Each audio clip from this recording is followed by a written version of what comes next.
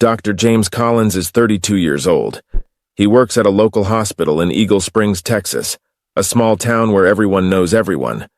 The hospital is the heart of the town, providing essential healthcare to the community. It is not a modern building, far from it. Functional, but lacking the advanced medical technology James envisions using in his research. After medical school, James took a job there, hoping to contribute to the well-being of his community, to help where he could, and to feel a sense of fulfillment. But quickly, that sense of purpose turned to frustration. James is driven by a passion to push the boundaries of medical science. He wants to make discoveries that could change the way medicine is practiced, but the limitations of his small-town setting soon become apparent. The resources needed to conduct the research he dreams of are beyond his reach. The hospital cannot afford them, and his numerous grant applications have been rejected time after time. The research that James believes could save lives remains locked in his mind, waiting for a chance to come to life.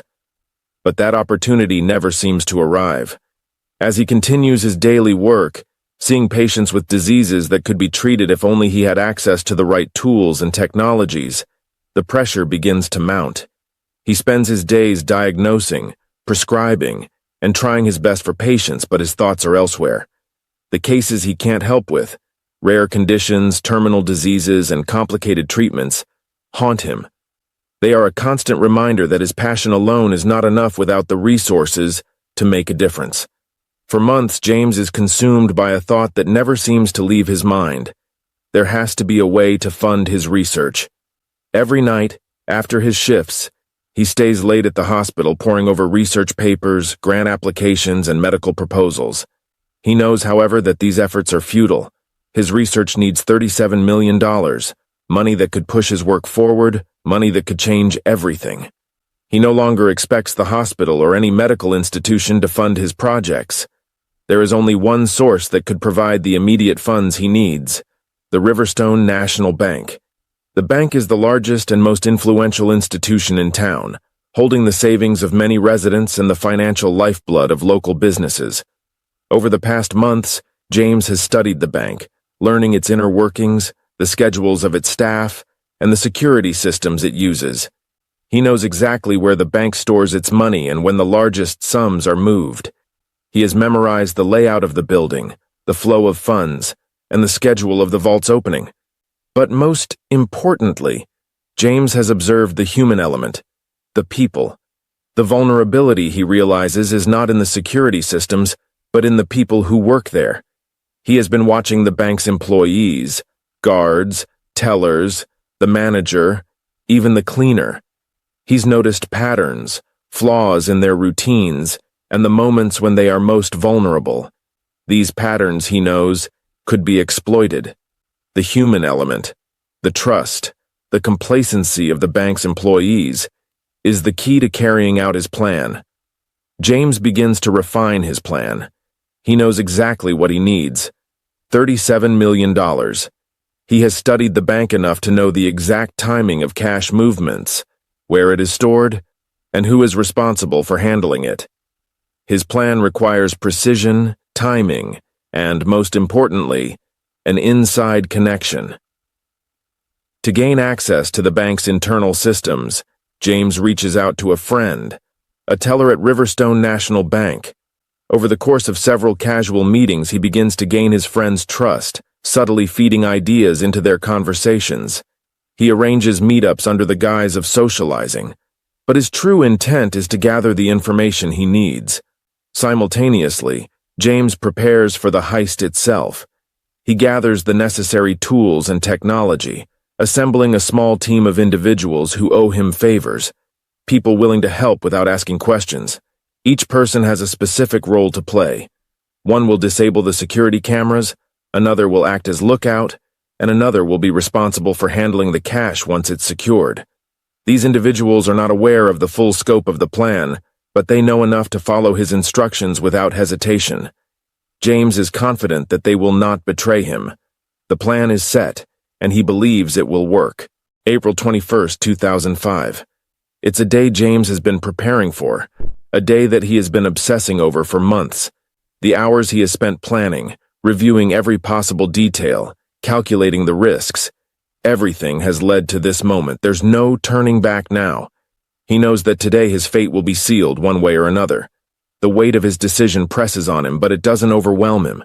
Instead, it fuels him. Today is the culmination of everything he has sacrificed, everything he has worked for, and he feels a strange calmness settle over him as the car hums along the empty road. The adrenaline that has been building up inside him for months is now replaced by a quiet focus. As he drives, his eyes scan the rearview mirror periodically, checking for anything unusual, but his hands are steady on the wheel. He keeps thinking about the 37 million, an amount that could change the trajectory of his entire career. He has seen too many patients, too many cases where he couldn't do enough, where he could only offer words instead of the real help they needed. The frustration of being limited by resources, of having to turn away patients because the hospital simply couldn't afford to give them the treatments they needed, has eaten away at him over time. But this money, this heist, is his chance to finally make a difference.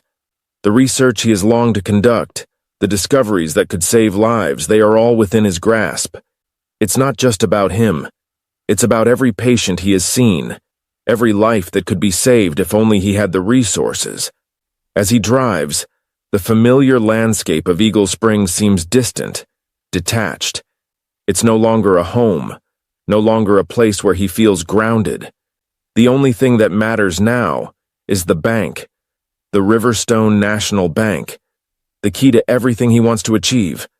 The walls around him are closing in, and he can feel the weight of the decision pressing against his chest. The closer he gets to the bank, the heavier the air becomes. But he knows what must be done. He must stay calm, he must remain focused. One mistake, one misstep, and everything will fall apart. There is no room for error. His mind races through every possible scenario, making sure the plan is still intact. He knows that each moment is critical. He checks the time again. It's 1:15 p.m. now. The window of opportunity is narrow. He has thought of everything: how to bypass security systems, how to move quickly, how to avoid detection. The team he assembled has been trained and they know their roles. They've been through the motions 1,000 times in his mind, and now it's time to execute. The moment he steps into the bank, everything will begin. There will be no turning back. This is the point of no return. James pulls into the parking lot of the bank, his heartbeat steady despite the nerves he feels creeping in.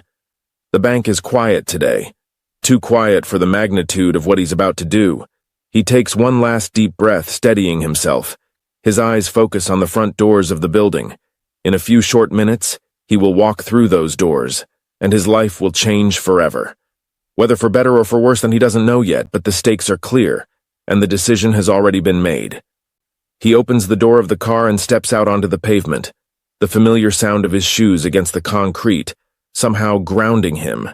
There is a certain finality in the sound, a reminder that every step he takes now leads to the inevitable. As he walks toward the bank entrance, he doesn't hesitate. His steps are measured, purposeful. Every action has been carefully planned, and this is just another part of the script he's written for himself. But as he pushes open the door, a wave of anxiety hits him. It's not the plan he's worried about.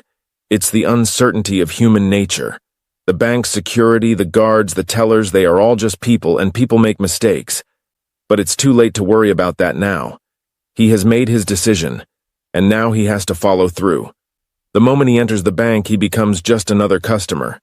The tellers glance up and he offers a smile, but it doesn't reach his eyes. He is aware of the eyes on him, but they don't matter. What matters is what's coming next. As he moves deeper into the bank, his mind focuses entirely on the task at hand. Every move he makes will lead to the next, and his eyes remain fixed on the path ahead. The vault, the money, the plan, they are all within his reach now. The days leading up to the heist are filled with mounting anticipation and meticulous planning. James's mind is consumed by the plan, and he can barely focus on anything else. Every detail, every move, has been accounted for. He spends hours poring over the bank's security protocols, identifying weaknesses and ensuring that his team is prepared for every possible scenario. It is now mid-May, and James's plan is nearly complete. The complexity of the operation grows with every passing day, and he knows that even the smallest mistake could lead to failure. Every second counts. The first task is to acquire the security codes that will allow his team to bypass the bank's monitoring systems. His contact, the teller he has been meeting with for months, has provided him with the necessary information. Their meetings have been casual, and James has carefully nurtured their friendship, making sure that his true motives are never revealed. This trust will be critical on the day of the heist. James has also spent weeks assembling a small but reliable team. These are people who owe him favors, people who are willing to help him carry out this plan without question. Each team member has a specific role to play. One will be responsible for disabling the security cameras, another will serve as a lookout, and another will secure the money once it is taken. They don't need to know the full details, only what is necessary to complete their tasks. James trusts them to follow his orders without hesitation. As the days pass, James begins to feel the weight of the plan. His team is ready, but the success of the heist depends on precision. There is no room for error. May 15, 2005 arrives, and James wakes up early. The tension in his chest rises as he reviews the plan one last time. This is the day when everything will change. The $37 million that he needs for his research will be in his hands, if everything goes according to plan. The morning is spent preparing. James checks and rechecks the tools he will need: hidden earpieces for communication, masks to conceal their identities, and the equipment necessary to bypass the bank's security. He has spent weeks acquiring everything, ensuring that no detail is overlooked. His heart pounds in anticipation, but he stays focused. The end goal is clear: use the money to fund his research and change the future of medicine. By noon, James is dressed and ready. His outfit is simple, designed to blend in and avoid drawing attention. There's nothing flashy about it. He checks the time. Nearly 1 p.m., the perfect time to strike. Most of the bank's employees are on lunch breaks, and the lobby is relatively empty. This is the moment he has been preparing for. James approaches Riverstone National Bank with a calm demeanor. He walks with purpose, but he does not rush. As he reaches the front door, he glances at his watch. It is exactly 1:05 p.m. He steps inside and immediately surveys the room. The bank is quiet, just as he had hoped. The tellers are at their desks, and a few customers are scattered around completing their transactions. James takes note of the room's layout, calculating his next moves. He walks toward the counter where a teller greets him with a polite smile. James smiles back, but his mind is focused on the task at hand. He's already calculating the distance between himself and the nearest security camera, the position of the guard, and the placement of the vault. The plan is unfolding exactly as he anticipated. Meanwhile, his team is already in position. One member is disabling the security cameras while others are preparing for the heist. Everything is falling into place. James maintains a calm and steady demeanor as he continues his casual conversation with the teller. His hands are steady, and his mind remains sharp. He is fully aware of the clock ticking and the need to move quickly. The vault, where the $37 million in cash is stored, is just behind the main counter, and James knows the exact layout of the bank. He is ready. The team is in place, the cameras are being disabled, and everything is on schedule. The vault door opens and James steps inside. His eyes immediately scan the room for the cash. The $37 million is there, ready to be taken. His hands move swiftly but carefully as the team begins transferring the money into the bags.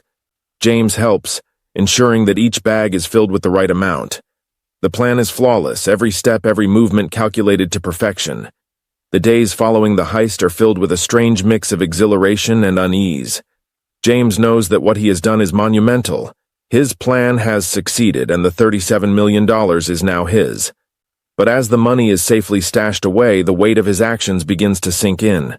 The euphoria of pulling off the heist quickly fades, and with it comes the realization that the hardest part is still ahead. For the past several days, James has been moving between safe houses, checking in with his team, ensuring that no one has drawn any unwanted attention. He's maintained contact with his network of intermediaries, all of whom have been carefully chosen for their discretion. But even with everything in place, he cannot shake the gnawing sense of paranoia that has taken root in his mind. The fear of being caught never truly fades. It lingers like a shadow, haunting his every move. James spends his nights alone, in quiet, dimly lit rooms, reviewing every step of the operation. Each movement, each decision has brought him to this point, but the fear of being discovered makes it almost impossible to relax. The world outside feels increasingly unsafe, and every unfamiliar sound or glance feels like it could be the sign of impending danger. The first step in his plan is to get the money laundered. James cannot afford to leave the stolen cash in its current form. He knows it's only a matter of time before someone starts tracing its origins. He's spent the last week carefully setting up a network of intermediaries who will handle the dirty work, converting the funds into legitimate assets. The process is complicated and every transaction is risky, but James has no other choice. The money must be cleaned before he can use it. James is aware of the risks involved. One mistake, one misstep, and everything could come crashing down. His mind races as he moves from one safe location to another, coordinating each step of the laundering process. He checks his phone obsessively, watching for any sign that the authorities might be getting closer. So far, there have been no concrete leads, but James knows that the deeper they go into this operation, the harder it will be to cover their tracks. The team is still intact for now. His contact inside the bank is laying low, and the members of his team who helped with the heist have gone underground, cutting all ties to the life they once knew. James reassures them with occasional updates, but there is a constant undercurrent of tension. Each person involved in the heist knows that the moment they are discovered, their world will come crashing down. James doesn't dare let his guard down.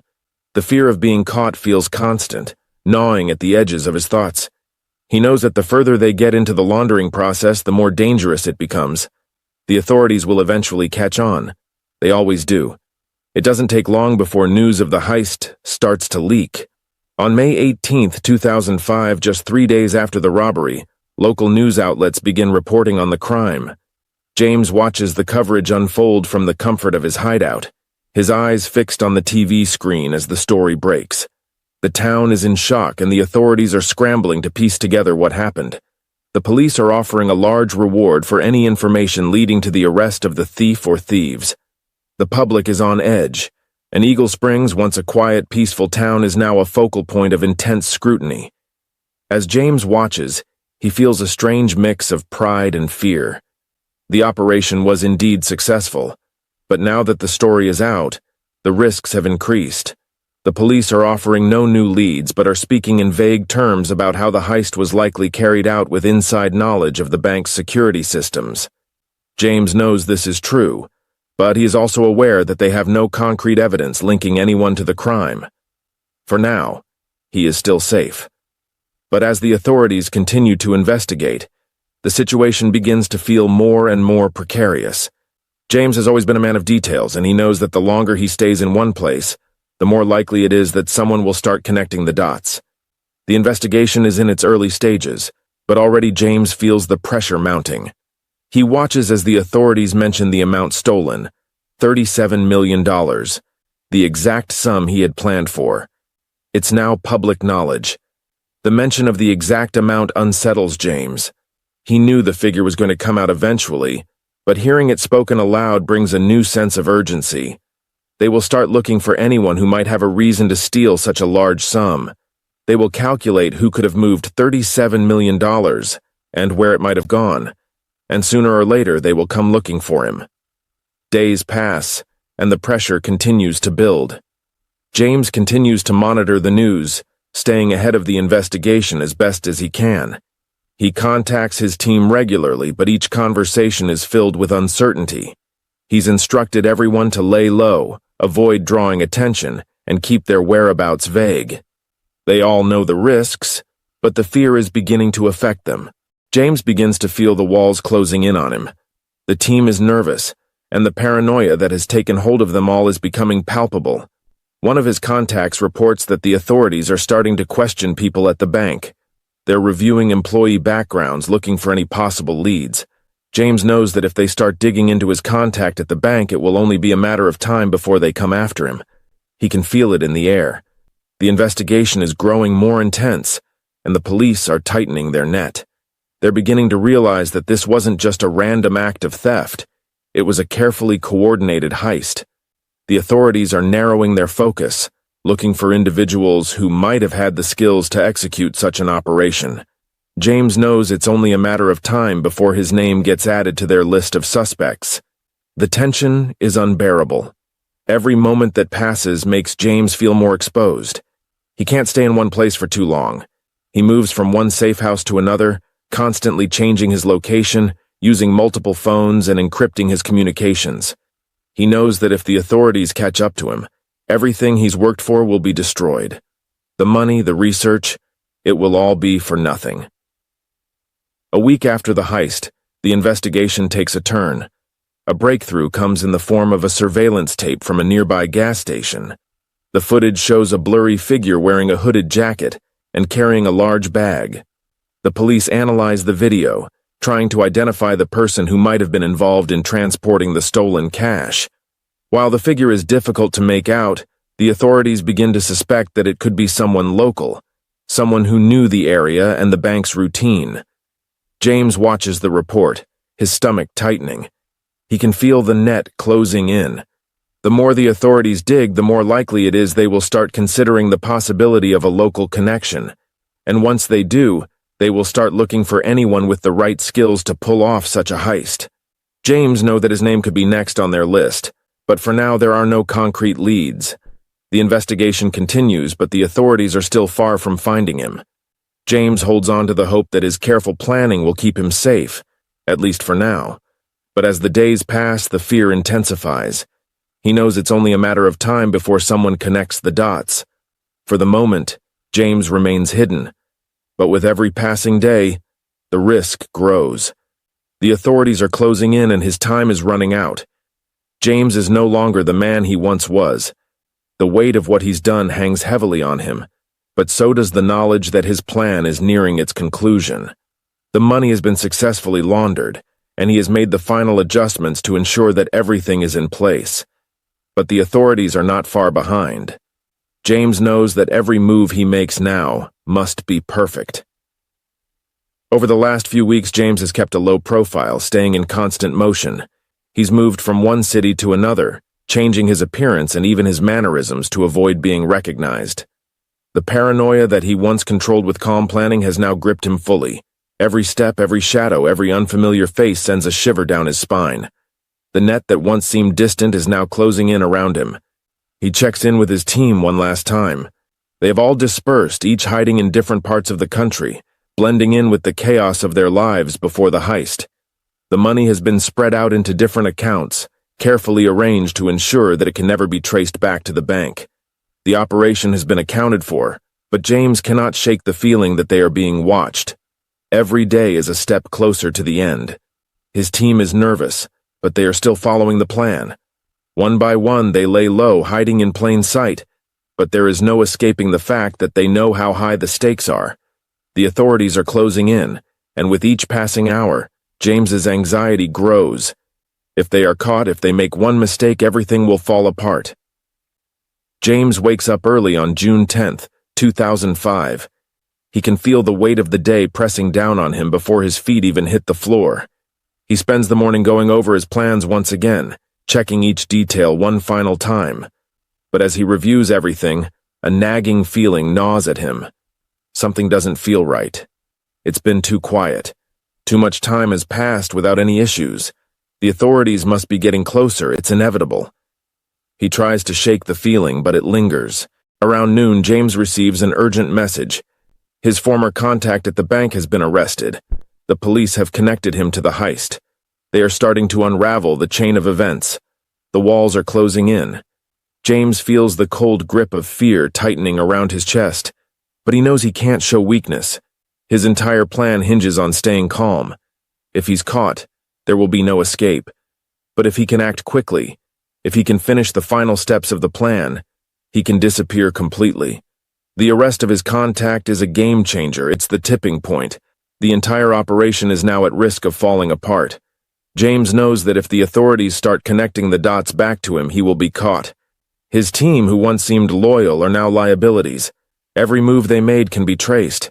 He knows that they cannot be trusted to hold up forever. One wrong move, one slip-up, and the whole thing will unravel. James knows that the only way out now is to disappear for good. There is no time left to waste. He has to act now before the authorities can piece the rest of the plan together. He contacts his final associate, the one who has been holding on to a large portion of the laundered money. The time has come to access it. He arranges a meeting with this associate at a pre-designated location. This will be their last transaction together. Once the money is split and James takes his share, they will sever all ties. The associate agrees to the terms and James feels a rush of urgency flood through him. This is it, the final phase of the plan. There is no room for failure. The pressure is unbearable, but James knows this is his last opportunity. At the meeting point, James arrives to find the associate waiting. The man is nervous, but ready. The final amount of laundered money is placed before James, and he exchanges a tense glance with his associate. There's no time for pleasantries, their business is urgent. The transaction is quick and efficient. As soon as it's done, James takes his portion and begins to prepare to leave. But then, something changes. A sound in the distance causes his heart to race. He looks up, scanning the street. His mind spins, filled with fear and confusion. Was this part of the plan? Or had someone tipped off the authorities? His steps are measured but hurried. He knows he can't afford to waste time. The exchange is complete, but James feels something isn't right. His escape route has been compromised. He quickly walks towards the car parked nearby, keeping his composure as best as he can. His thoughts race, but he knows that time is running out. James leaves the area and heads towards his final destination, a remote safe house, far from the reach of the authorities. The authorities must be close, now. His heart races with every turn. The arrest of his contact is only the beginning. The police will be tracing every movement, every transaction, every phone call. He cannot afford to be discovered.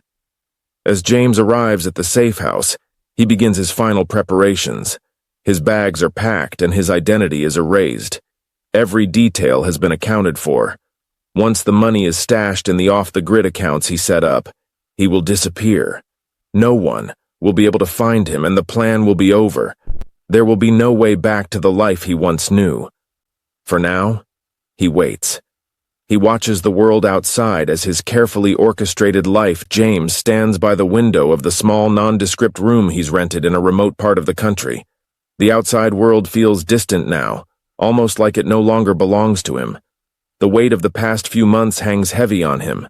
The heist, the money, the risks. It has all led to this moment. But as he looks out at the endless horizon, a nagging thought creeps into his mind. Everything he has worked for is slipping away.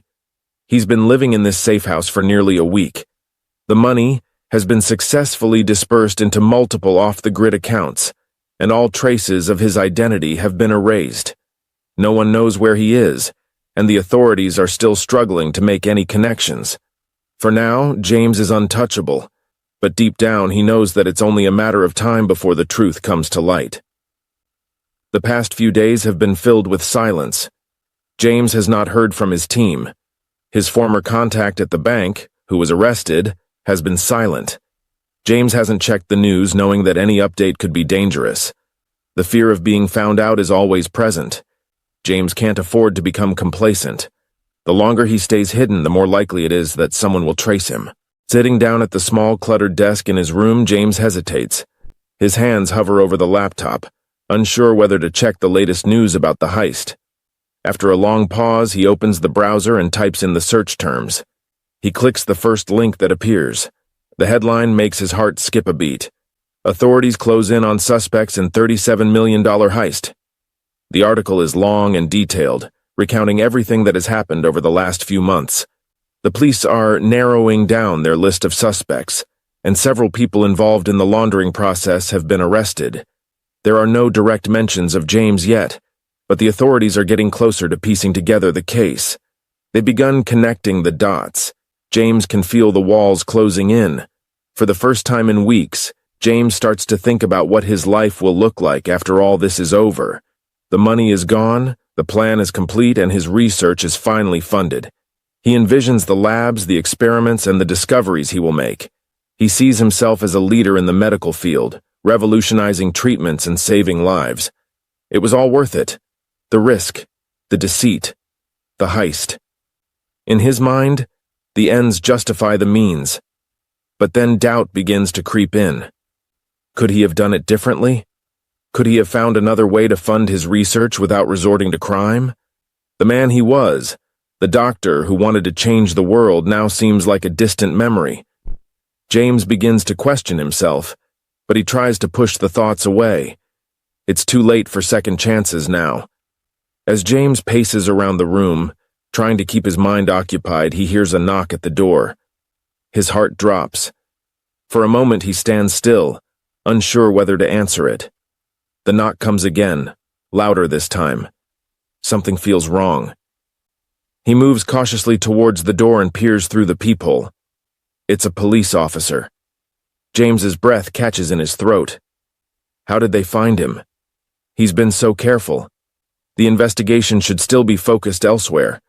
But the police are here now, and they are knocking on his door. The door slams open with a deafening crash. In an instant, 2 officers spring into the room, their movements quick and forceful. James doesn't have time to react.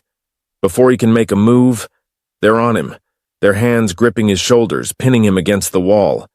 His heart races in his chest as he struggles to process what's happening.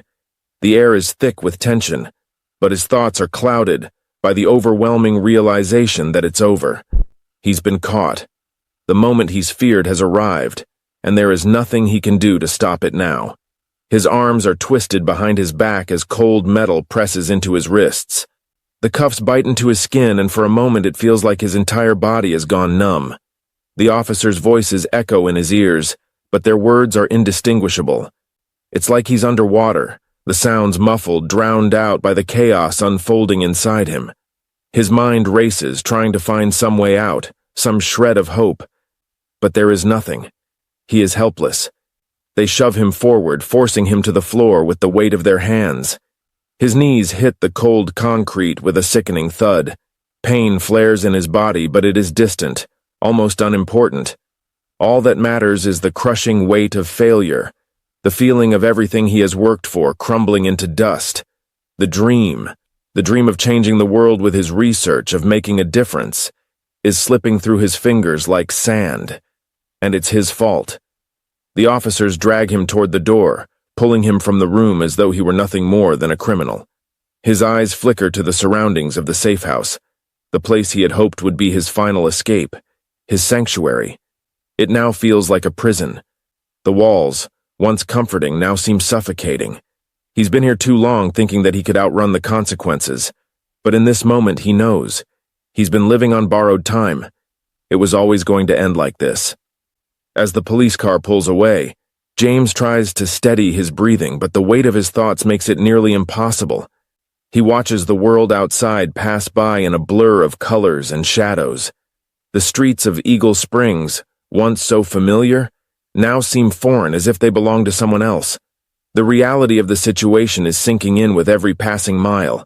The money, the research, the future he had dreamed of. It's all gone. His mind flashes back to the moments when everything seemed possible. He had convinced himself that the ends justified the means, that what he was doing was for a greater good. But now, in the cold, unrelenting light of reality, he understands the truth. It was all for nothing. There is no dream anymore. There is no grand purpose.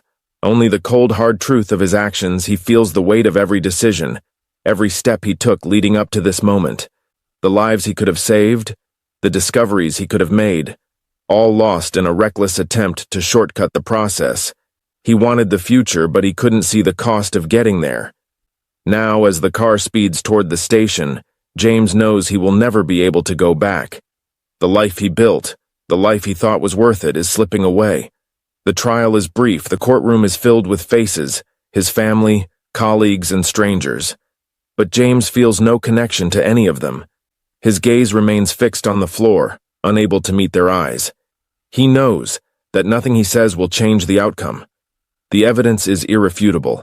The money, the plan, the heist, it's all laid out for everyone to see. There are no excuses, no arguments that could justify what he's done. He had the chance to make a difference and he squandered it. He betrayed his own values in pursuit of something greater, something he now realizes was never worth the price. The verdict comes swiftly, and the weight of it crushes him. A lengthy prison sentence, the consequences of his actions. He knows it's deserved. He has no defense. The future he once dreamed of is gone, and in its place is a cold, sterile cell. The doors close behind him with a finality that echoes in his chest. This is his new reality. This is the life he chose. A life of regrets. In the silence of his prison cell, James reflects on his choices. He had once believed that the ends justified the means, that the research, the dream, the money, it was all for something greater. But now, as he sits alone in the cold, empty room, he knows the truth. The money he stole, the research he sacrificed, none of it matters anymore. It's all lost. The authorities may never recover all the stolen funds, but the truth of the heist, the knowledge of what he did, is buried with him. It's his legacy now, a man who had everything and lost it all. His once promising career as a doctor is shattered. The life he could have had, helping others, advancing medicine, changing the world, is gone, replaced by this bleak, dark future. The walls of his cell close in around him, and for the first time James understands the true cost of his actions. He was willing to sacrifice everything for a dream, but now that dream is gone, leaving only the remnants of a shattered life. He lies back on the cot, staring at the ceiling, his mind drifting in and out of focus. The sound of the guard's footsteps outside the door is the only thing that anchors him to this reality. The weight of his choices, the consequences of his actions, they are all too much to bear. He thought he could escape, but now he knows there is no escaping the truth. The man he used to be, the man who dreamed of making a difference, is lost to the world. And all that remains is the quiet, suffocating emptiness of the prison cell. The end of his story isn't one of redemption. It's the quiet acceptance that the dream he once had, the life he could have led, is now gone forever. The walls close in, and James is left to confront the cold, painful truth of his choices.